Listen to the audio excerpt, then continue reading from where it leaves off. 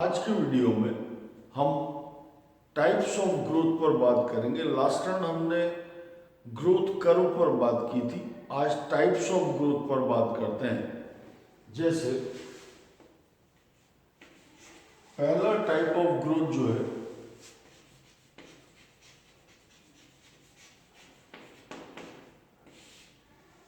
वो ज्यामितीय वृद्धि या ज्योमेट्रिक ग्रोथ कहलाता है।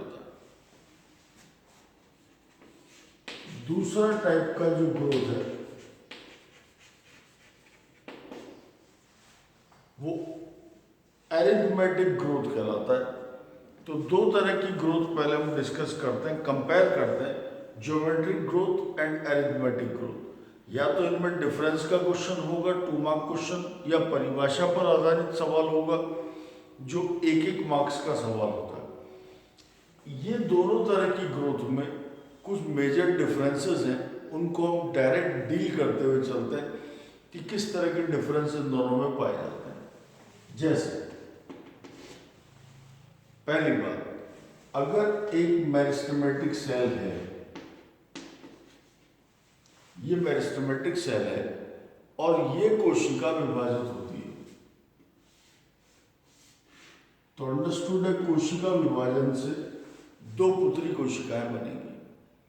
यहां पर ये दोनों पुत्री कोशिकाएं मेरिस्टेमेटिक ही बनी रहेंगी। इस मदर सेल से 2 जो डॉटर बनी वो डिवीजन एबिलिटी वाली ही सेल होंगी।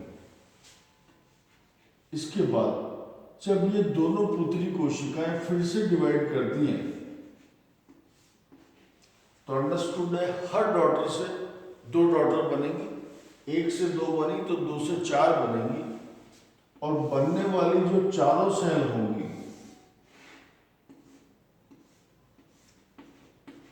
ये 4 सेल बनी। ये चारों सेल भी अब डिवीजन योग्य ही हैं, यानी ये चारों सेल भी मेरिस्टेमेटिक ही बनी रहेंगी। ज्योमेट्रिक ग्रोथ में बनने वाली सभी डॉटर सेल खुद भी डिवीजन एबिलिटी वाली ही होती हैं, यानी 1 से 2, 2 से 4, 4 से 8, 8 से 16। इस प्रकार की वृद्धि को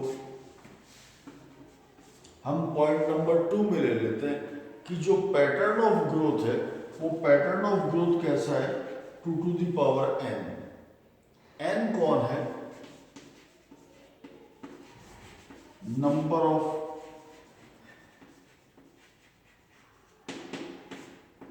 जनरेशंस, पीढ़ियों की संख्या। 2 का पावर 1 है प्रथम पीढ़ी, तो पुत्री कोशिकाएं बनी 2, 2 टू दी पावर 1 का मतलब हुआ 2। दूसरी पीढ़ी जब डिवाइड करती है तो 2 टू दी पावर 2 हो जाएगा। नंबर ऑफ जनरेशन है 2, तो सेकंड जनरेशन का रिजल्ट हो जाएगा 4। 2 टू दी पावर 2 का मतलब 4 हो गया। ये 2 टू दी पावर n के हिसाब से ग्रो करती है। प्रथम पीढ़ी ने डिवाइड किया, 2 सेल बनी। प्रथम पीढ़ी का मतलब 2 टू दी पावर 1 हो गई वैल्यू, तो रिजल्ट आया 2 कोशिकाएं।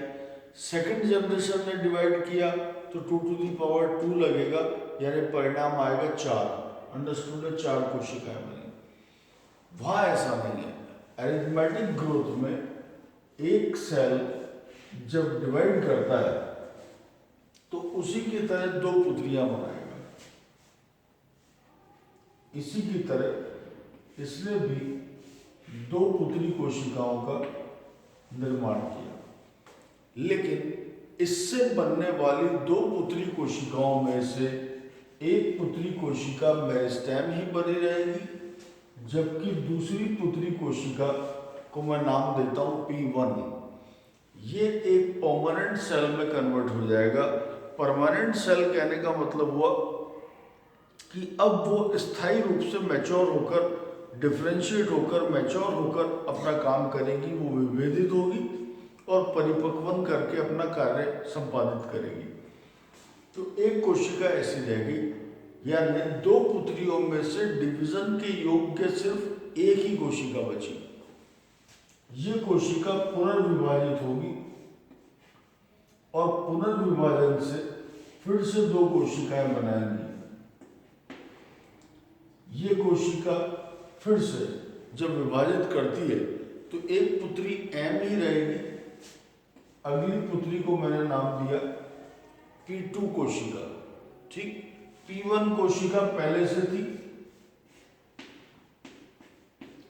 ये P1 भी अपनी जगह है।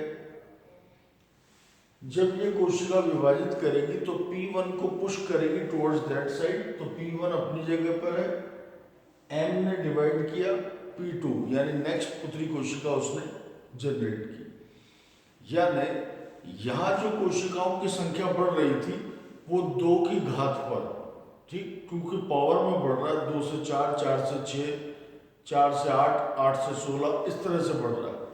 यहाँ ऐसा नहीं है, यहाँ क्या है, 1 2 3 4 5 इस तरह से एक एक करके कोशिकाओं की संख्या बढ़ती जाएगी।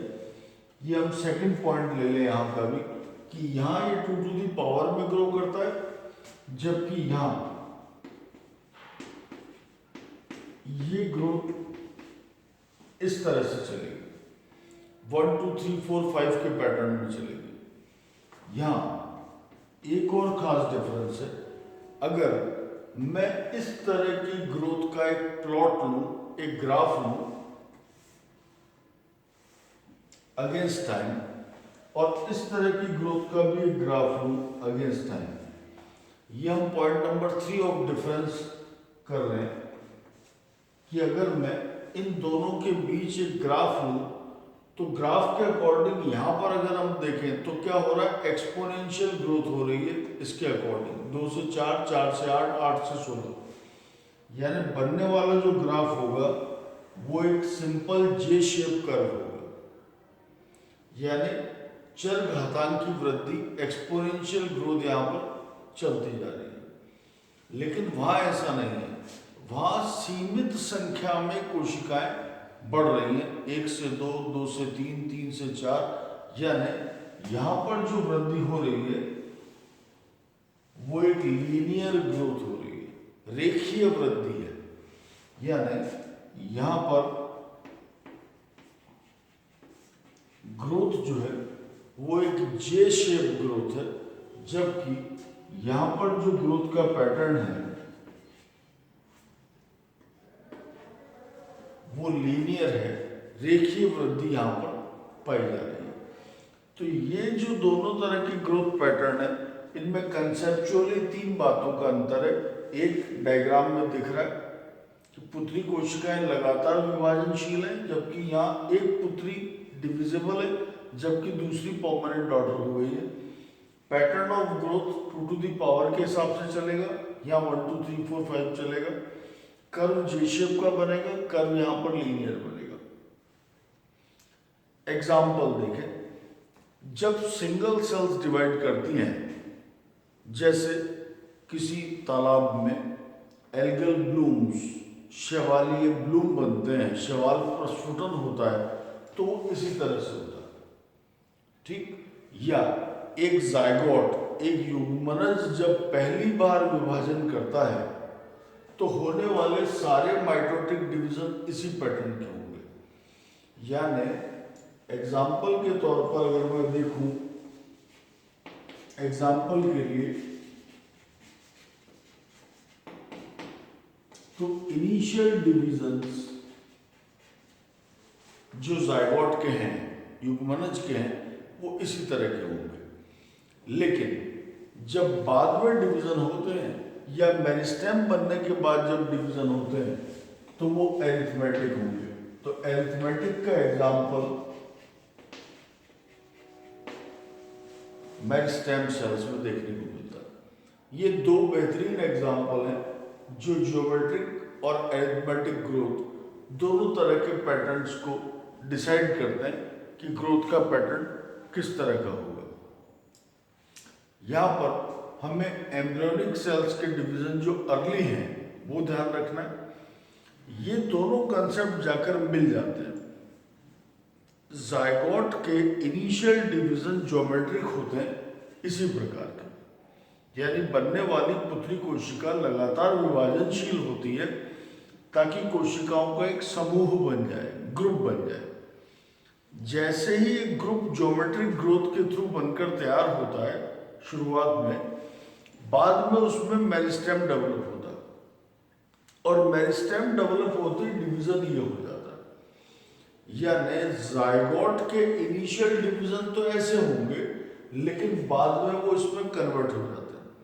तो हम एक दूसरा शब्द ले लेते हैं, एम्ब्रियो फॉर्मेशन। जायगोट की बजाय हम एम्ब्रियो फॉर्मेशन ले लें और हम इसे इस प्रकार कहें कि एम्ब्रियो फॉर्मेशन के अर्ली डिविजन्स, जायगोटिक डिवीजन जो होते हैं वो ज्योमेट्रिक होते हैं, एंड डिविजन्स लेटर जो बाद में होने वाले विभाजन है वो सारे के सारे विभाजन इस तरह के होंगे, यानी अरिथमेटिक होंगे।